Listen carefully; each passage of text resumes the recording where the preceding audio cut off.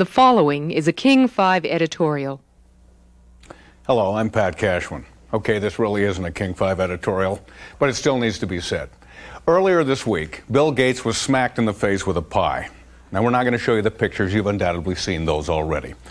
But what is it about some people like this so-called prankster that targeted Mr. Gates that gets his jollies by embarrassing important authority figures? Frankly, it escapes me, because in my opinion, it's just not funny. It's sick.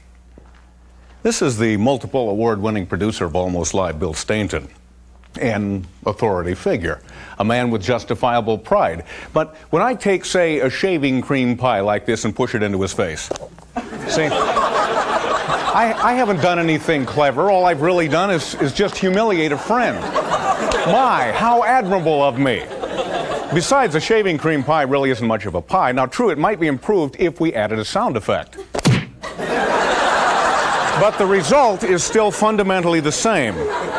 A man has been degraded here, made to look foolish, made to look stupid, and that's not funny. You don't think that's funny, do you, Bill? No, that's not funny. And this would be still true even if we used a real fancy pie, like one with a crumbly crust and a big sloppy filling inside, like this one.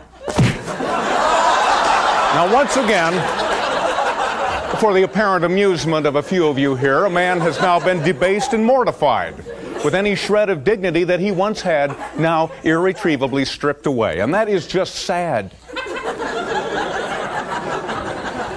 If we find humor in that, what does that say about us as human beings, ladies and gentlemen?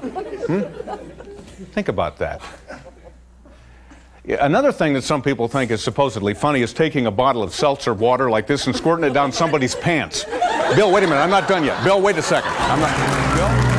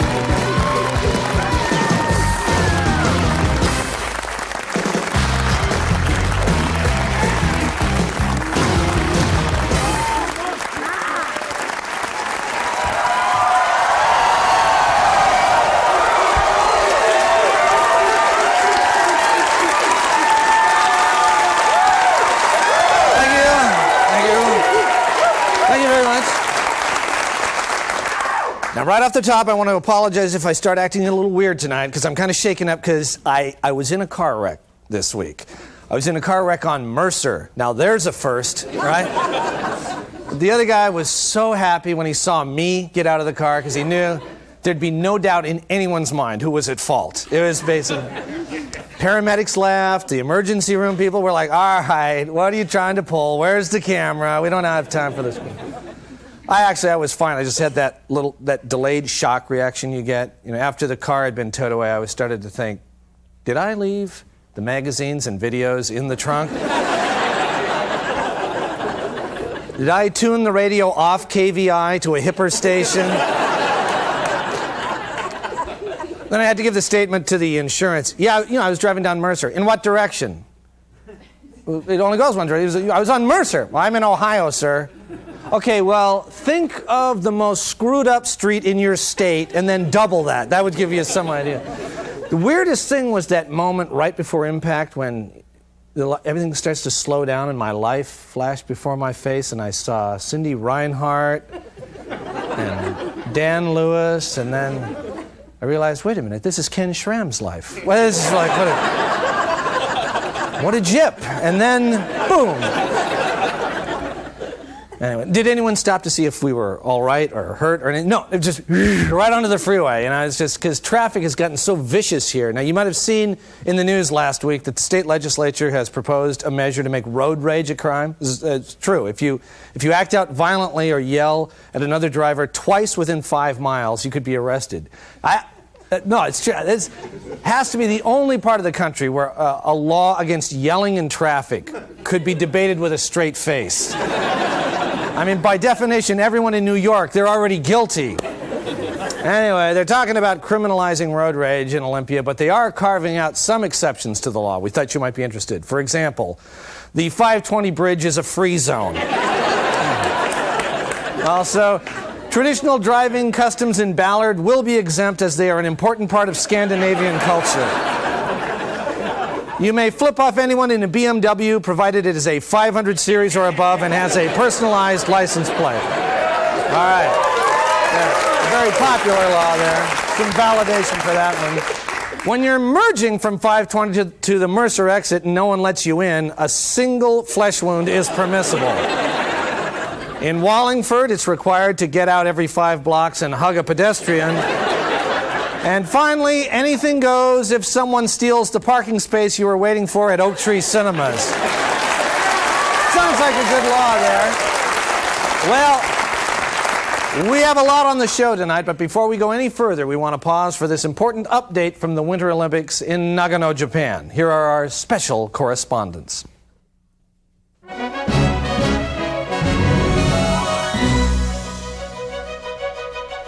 Welcome back to Olympic coverage of the speed skating finals. Hi, everybody. I'm Dick Ravine, and with me is skating expert Neil Tulane. And Neil, as with many Olympic sports, the real story here is the adversity that most of the competitors have faced to get here in the first place. That's right, Dick. For instance, in lane 1, we have the Bulgarian record holder Dimitar Tordanov. Tordanov, in particular, has overcome a lot of obstacles. Oh, yeah. As a child, he had scurvy. His right leg is 4 inches longer than his left, and he had a grandfather die in a mysterious massage parlor accident. Yeah, and his family picked up and moved one day when he was 7 without telling him where they were going. Not to mention that as he was leaving home for the Olympics, his dog was run over by the taxi.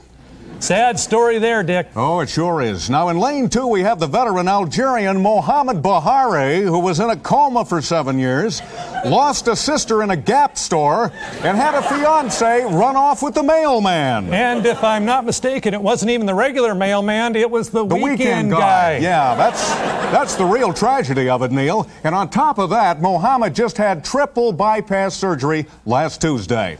Dick, I just got word that minutes ago, Mohammed was told that his home back in Algeria burned down this morning. Oh, wow. That's got to be weighing on his mind, Neil.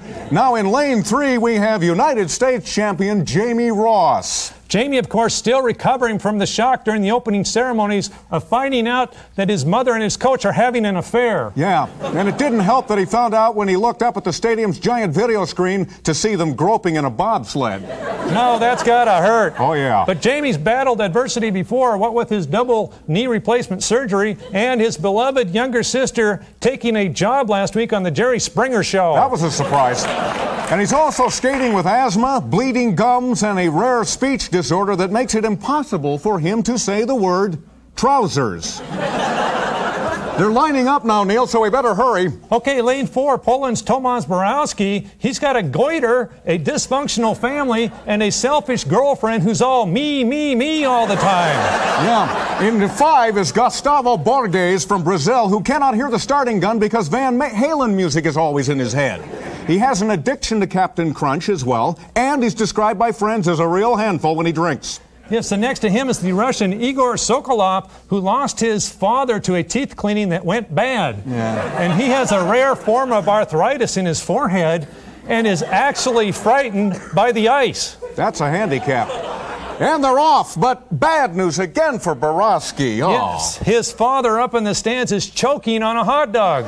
And you can see it's affecting the young man as they enter the first turn. Yeah, now it's Tordanov of Bulgaria's turn for more adversity as he just spotted his mother holding a sign reading, "Dimmy, I have got to tell you now I'm really a man."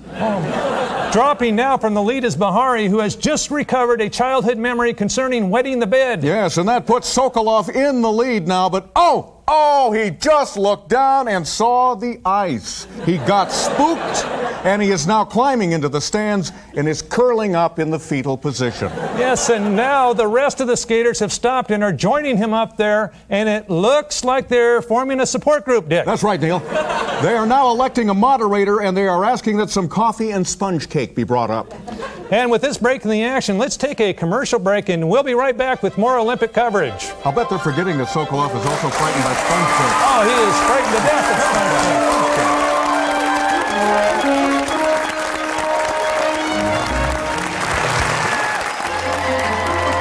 Welcome to Penny Pinchers, the show that makes your dollar go farther than you thought possible. And now, here's your host, Penny Pincher. Hello, everyone, and welcome to Penny Pinchers. I'm Penny Pincher, and if you're watching Penny, you're saving money, especially those who sent for Penny's pirate cable kit. TV should always be free. Let's work to keep it that way. I'm joined, as always, by Pat Patterson with his patented picks of helpful household hints. Well, what do you have for us today, Pat? Well, Penny, we are just packed with terrific ideas today. Well, let's dive right in. Well, now, speaking of diving, I'm here to tell you that some pretty valuable stuff is diving right down the drain. So start collecting that hair in the tub, and in a few short weeks, you will have some decorative coasters. Those are perfect for parties. Oh, you bet they are, Penny. And here's a way to cut down on your trips to the drugstore. Oh, what have you got up your sleeve now? Okay, just an ordinary rubber glove, right? Or so it seems. But when the gloves meet the scissors, help me out here, Penny. Okay. You just cut them there. Uh-huh. And look what you've got is 5 latex condoms. Oh! Just like that. And let me tell you something. They fit like a glove. Wow. Well, that's even better than the saran wrap method that you shared last month. Oh, don't bring that up. Well, thanks, Pat. I've got one more thing if there's time. Oh, sure. This is real fun. I got a letter from a longtime viewer, a Mr. Ralph Bevins of Tunkhannock, Florida. Now, he has a great idea. You know those rain sticks that you get at the fancy boutiques? Listen to this. Oh, I love those. They're great. Oh, listen to that sound. Yeah, but they're expensive as hell, aren't they? Yes. So, Mr. Bevins and his wife Micah came up with a great alternative. See, look at this. An ordinary wrapping paper tube sealed at both ends. Oh, what makes the sound? Ralph and Micah have saved their toenail clippings for over 15 years. That's fantastic.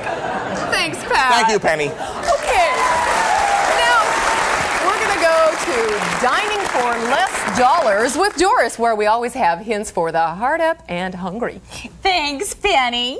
With Valentine's Day approaching, a lot of young couples would like to have a nice romantic dinner.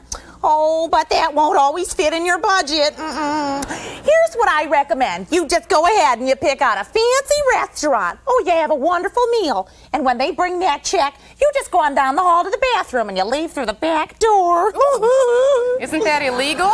Well, yes, but think of the money you'll save. For example, if the meal cost you $80, you save $80.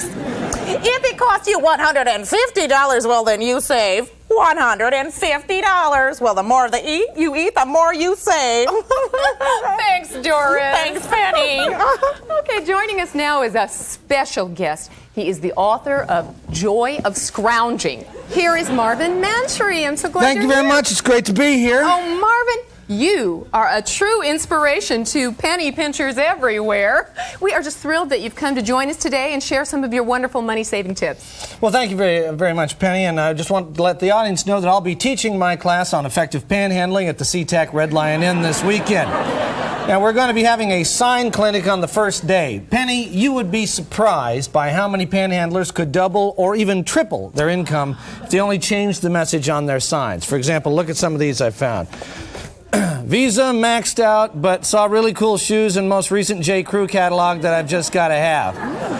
That's not nearly needy enough. That's not very sympathetic, all right? Check this one out. Vietnam vet, no job, go Sonics.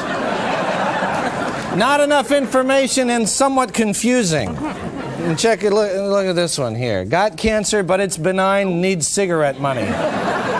Now, that is just wrong on so many levels. Now, just come on down to our seminar. I'm going to show you how to make the signs that make money. All right. Oh, great. Thanks, Marvin. Oh, well, Gosh, we're all out of time today. But a special message to all of you in the audience. Start saving lint. We'll tell you why next week. Bye-bye.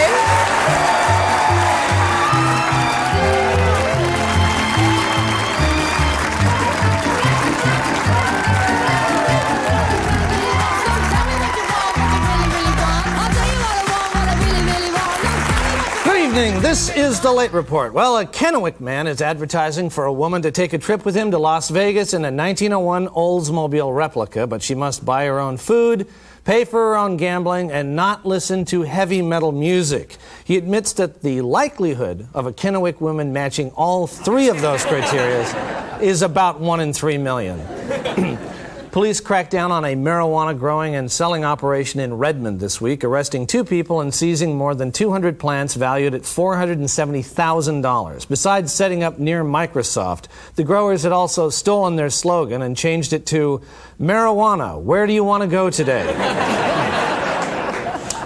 The Northwest Flower and Garden Show opened at the Convention Center this week. Exhibit highlights include an English garden, a Northwest garden, and 200 plants valued at $470,000. Mayor Paul Schell attended the U.S. Conference of Mayors in Washington, D.C., saying, "I was impressed. Clinton was amazing. That guy would make a great mayor. Maybe even sooner than any of us expected."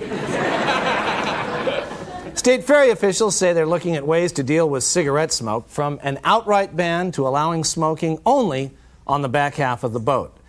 Asked if they meant the stern, ferry officials huddled together with a dictionary for a few minutes and then said, "Yeah, the stern." KISS FM Radio held a Monica Lewinsky lookalike contest Wednesday at a tavern in Shoreline. After seeing most of the Shoreline contestants, the judges decided to turn it into a Paula Jones lookalike contest.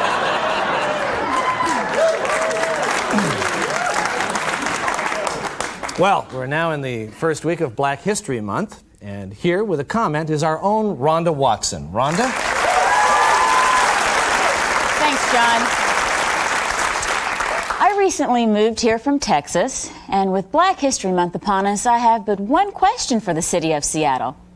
Where are the black people? Now, before moving, I did my homework and researched Seattle. You had a black mayor, the superintendent of schools is black, and Seahawk quarterback Warren Moon was coming here. I knew him from back home. So I'm thinking, hey, there must be at least enough black people to play a game of croquet. Well, I arrive and there's like 4 of us here. Norm, John, Warren, and me.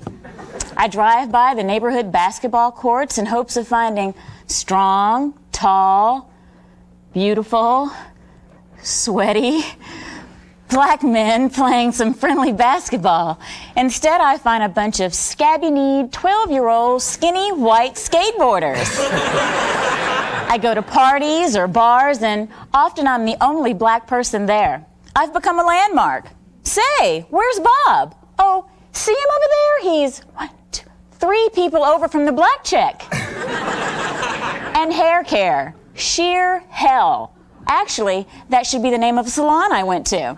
I walk in and they're using Afro Sheen and Lustre Curl Activator, and that's great if you're going to the Soul Train dance reunion dressed as Billy D. Williams. I don't know, John. I can't figure it out. It's pretty weird being a person of color in Seattle. By the way, I checked the cast of Almost Live, and just me. But you guys are cool. Shake? All right, okay. Wait, shake. No. All right, there, okay, great. Rhonda Watson, ladies and gentlemen. Rhonda Watson.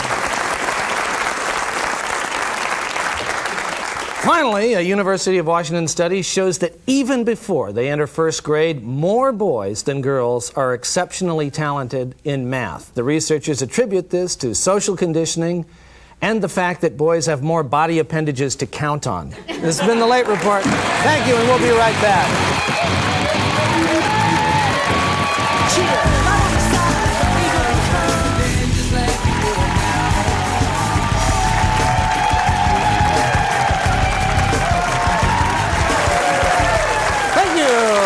Thank you very much. That's just about all the time we have for Almost Live this week. If you out there would like to come down here and visit us like these wonderful people have, you guys had a good time, didn't you? Yeah. Hitting the button there. You just call that number there with all the fives, the secret code, 421-5555. And to the guy that I hit on Mercer, I'm really sorry that my Honda knocked the wheel off that sport utility vehicle of yours. Hope no one was injured. Bye-bye.